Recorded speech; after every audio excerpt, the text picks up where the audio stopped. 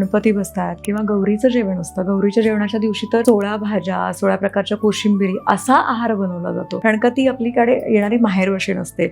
मग आपल्याकडे त्यावेळेस जेवायला लोक आपण बोलवतो, तर घरातली जी स्त्री असते तिचं खाणं त्या दिवशी अजिबात नीट होत नाही आणि मग तिचं डोकं दुखणं असेल, तिला चिडचिड होणं असेल किंवा थकवा येणं असेल, पोट खराब होणं, ॲसिडिटी होणं, हे सगळं दिसायला लागतं.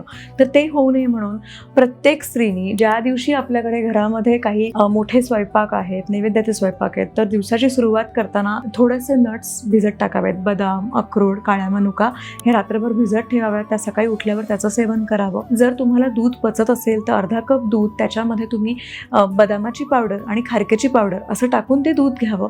जर तुम्हाला दूध पचत नसेल तर त्याच्याऐवजी तुम्ही असा आहार, सोपा आहार, त्याच्यामधला मी असं म्हणते की राजगिऱ्याची लाही आणि दूध किंवा राजगिऱ्याची लाही आणि दही ह्याचा समावेश करावा, ज्याच्यापासून तुम्हाला कॅल्शियम मिळेल, प्रोटीन मिळेल, पोट शांत राहील, सतत भुकेची भावना निर्माण होणार नाही, रक्तातली साखर मेंटेन राहील, चिडचिड होणार नाही.